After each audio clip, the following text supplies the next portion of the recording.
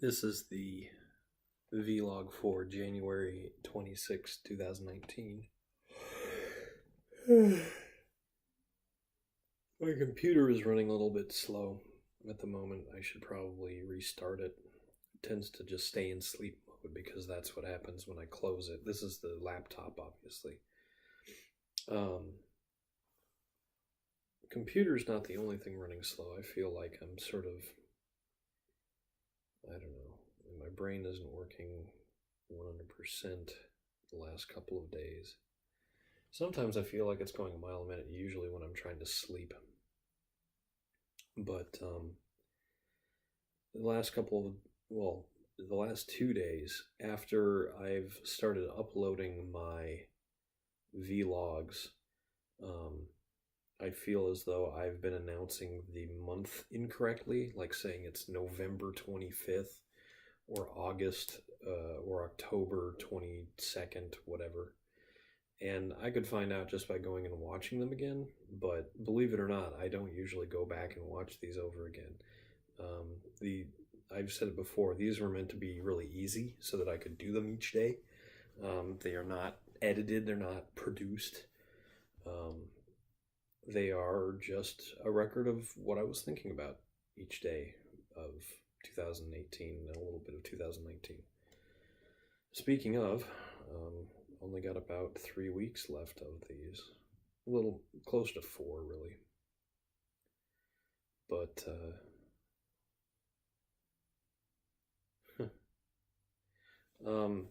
I went for another walk today. Today was even nicer than yesterday, if that's possible. Less cloudy, at least, while I was walking. Yesterday I went down to Marymore Park. Today I stayed in the neighborhood.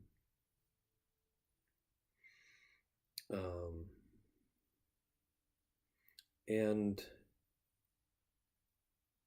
a funny thing happened last night, and I'm going to talk about this briefly, and it's going to sound weird. I'm a role player. I like to play role-playing games, and I like to role-play in those games. When I did the D&D campaign, I got into the characters that I was portraying. I gave them voices, characteristics, and I take a lot of that from like Matt Mercer. Although I did a lot of role play stuff even before Critical Role was around. I did a live action role playing game when I was in college called Legacies, where I dressed up and went out to the woods once a month to play this game with these people. We had foam swords that we hit each other with, and it was kind of a mess. And I did it for a couple of years, and then I stopped because I realized how angry some of the situations I got put in. For example, you could be robbed at any point by other people, and it's important to note the key difference between robbery and banditry. Banditry is usually taking things after you've killed the people who own them. I'm sure there's a more specific definition, but that's how piracy is generally considered, the banditry of the ocean. Pirates are not taking the goods off of a ship and then letting the people on that ship sail away with it. Usually they take the entire ship, kill the crew, keep the people who are worth ransoming so that they can ransom them back to mainland, and also keeping everything on board. And eventually maybe they leave the ship somewhere if they can't actually crew it, but usually there's a pirate fellow who decides he's got the captaining spirit and maybe the first mate of the original ship if they can get the other ship intact. But a lot of times the ships were just abandoned or scuttled. And in Legacies, you didn't usually get robbed, you usually got killed, and then all your stuff was taken from you. And this was back in 2002, 2003, even earlier than that, actually. I was playing in like 2000. these games were still sort of growing out of Dungeons and Dragons. And in those days, this was before even third edition, Dungeons and Dragons had very, very rough penalties for dying. Like, dying was essentially meant to be final. It was supposed to be death. It wasn't supposed to be the comic book, oh my gosh, Bucky is back. Captain America's so happy.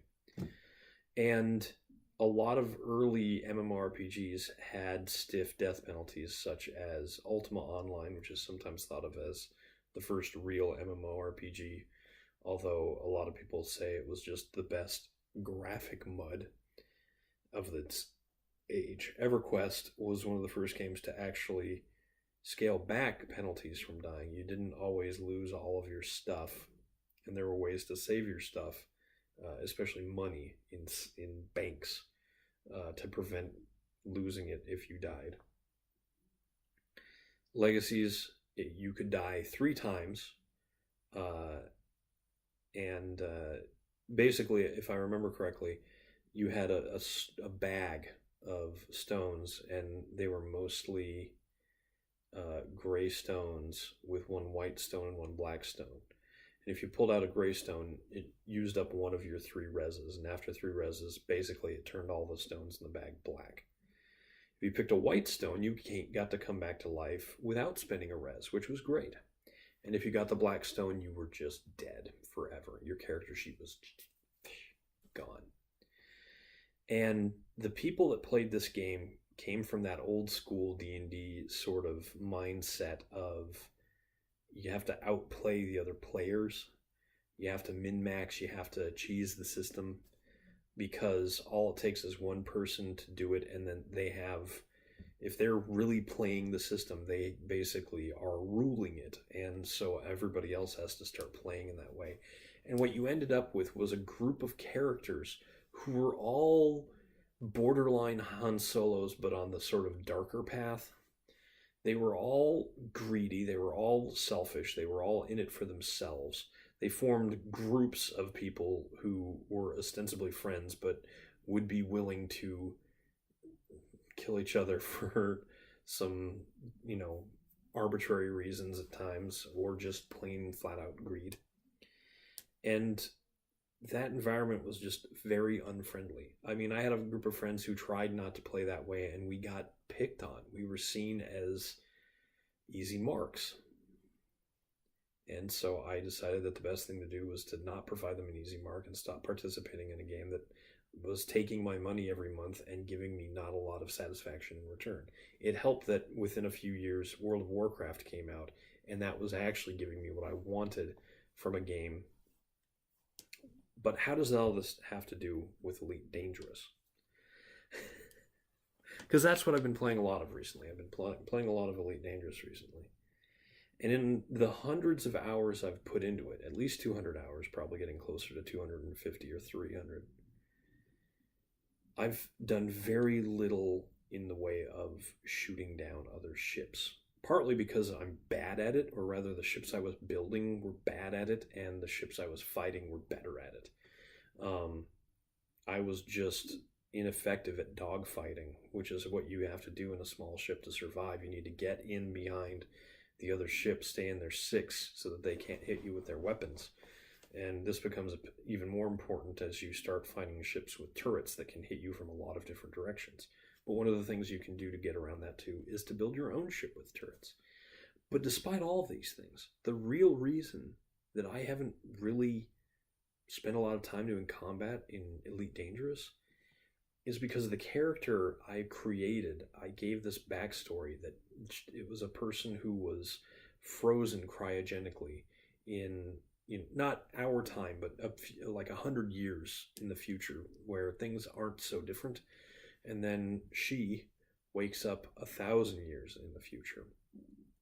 She has some piloting experience. She was planning on becoming a pilot of atmospheric aircraft when she was frozen with a disease that they couldn't cure at the time. And she floated in space for hundreds of years, being passed on as her contract was picked up.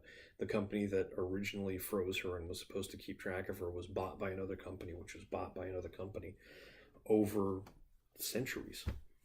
until she was put in orbit where it was easier to keep her safe and keep her cryo tube um, up like up to spec. And because of this, she's comes from an era without this what Elite Dangerous has. That's banditry. People are willing to kill each other over a couple million credits worth of cargo. In a couple of million credits, I can make a couple. I made 40. I made 53 million credits today after about an hour's worth of mining.